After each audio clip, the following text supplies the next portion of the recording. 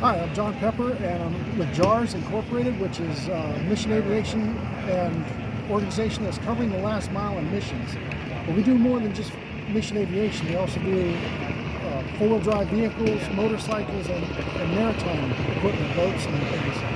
And the reason we do this is the hardest people to reach with the gospel are in some of the most remote places in the world.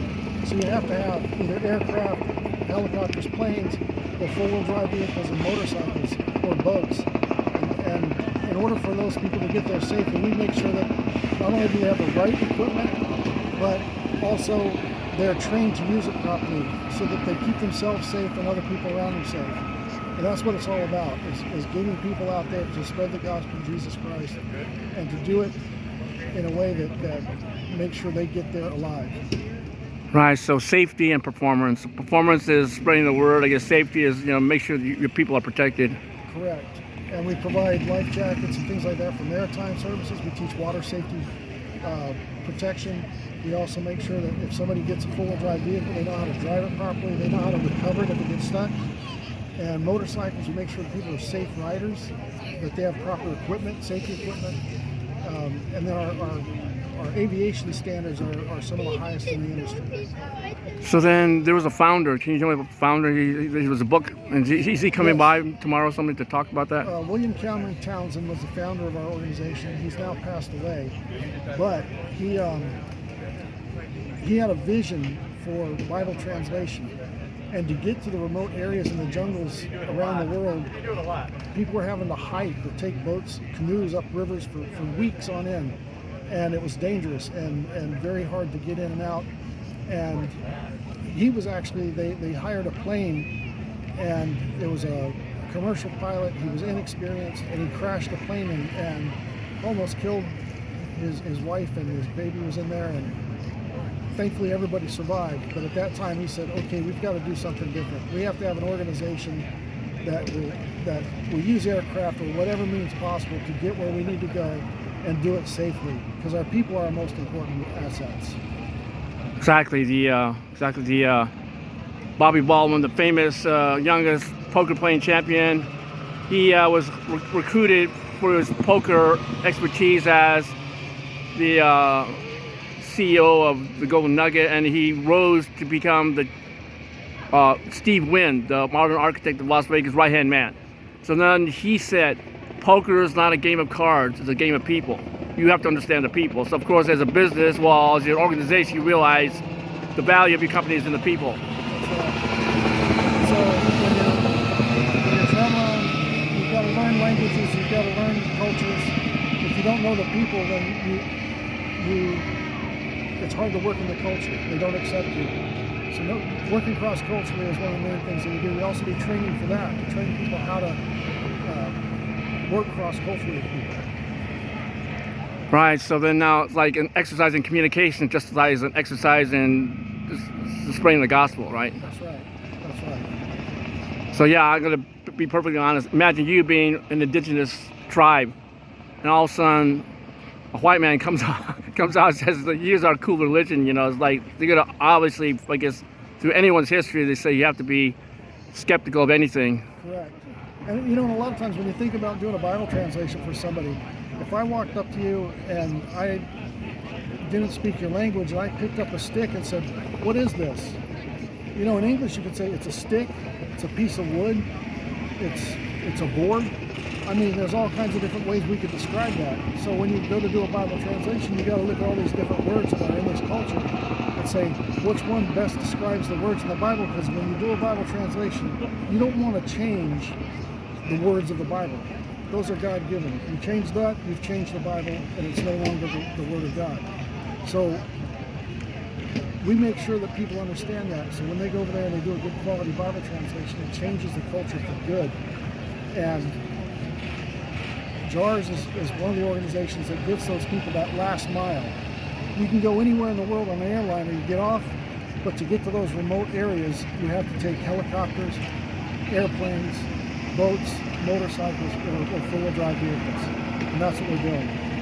So how long have you been with JAARS? I've been with the organization for 26 years. Wow, that's a long time, so you're definitely committed. This is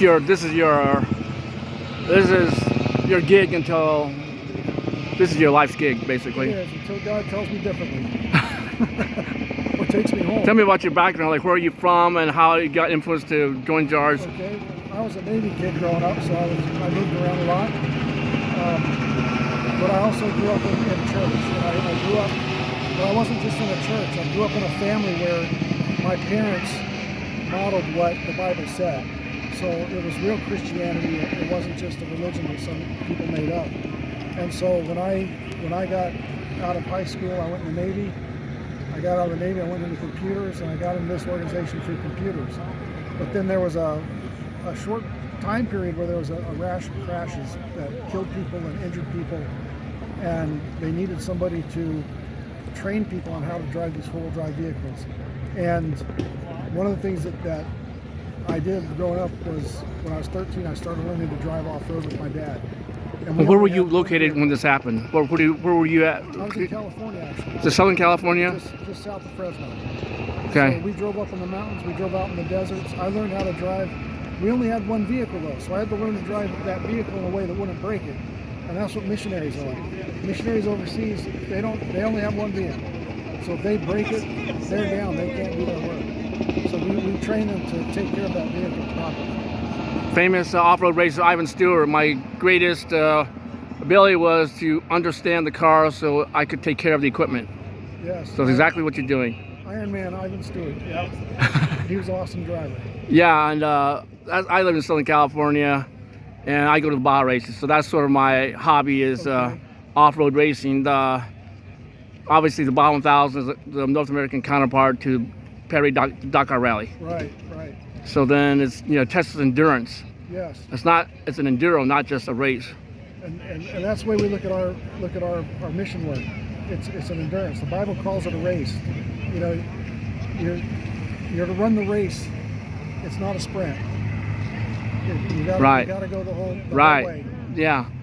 It's mass consumer cars, long-term durability, reliability testing. They have to do a lot of testing to make sure the stuff lasts. And I guess Nissan Titan. You like the Nissan Titan? Yes, this one's the Frontier we use in our training. We use overseas. We use a lot of the Toyota Land Cruisers or Toyota Hilux pickups. So we look at what we can get in country because that's what we can get support parts for. We can build the biggest, baddest vehicle we can here and send it over there. But if it breaks, where are you going to get the parts? Right. So we buy what we can get locally and use those vehicles, and we make sure that they're equipped with winches and things like that, and recovery kits, and then we train the people how to use those to where they can recover a vehicle safely. By the way, I went to South Africa for the Solar Eclipse 2002, and my rental was a Toyota pickup with a camper shell and all the RV refrigerator. Oh, like an Overlander. Yeah, it was a pickup with a camper top, and they turned it into sort of like an Overlander. Right. But then on the rear bumper it said Land Rover recovery vehicle. Yeah. So then of course there's this big battle between the two different manufacturers. Right. I thought that was pretty funny. Yeah, we see that in a lot of places. It's like Ford and Chevy here in the States. Right, exactly. Real rivalry. And 2001 Solar Eclipse, I visited Zambia and I crossed the border into Botswana. And my driver was driving a Toyota.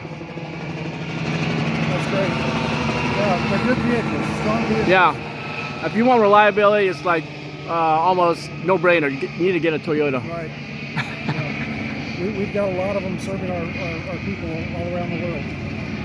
Yeah, Toyota is really, really well known for its reliability. I know some off-road racer in the United States that says the Toyota parts are so robust you can race on them. Yes. That's really saying something. Many of them are, right. Yeah, for example, Ivan Stewart, he drove a Toyota. Right. And if you don't take care of it, you'll break it. Right, exactly. So maintenance is key. Right, exactly. If you take care of your equipment will take care of you. That's for sure. So thanks a lot for all this information here. So we got some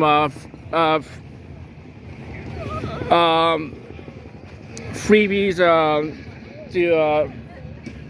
for your JAARS, some key fobs, stickers, sunglasses, pens. Bracelets.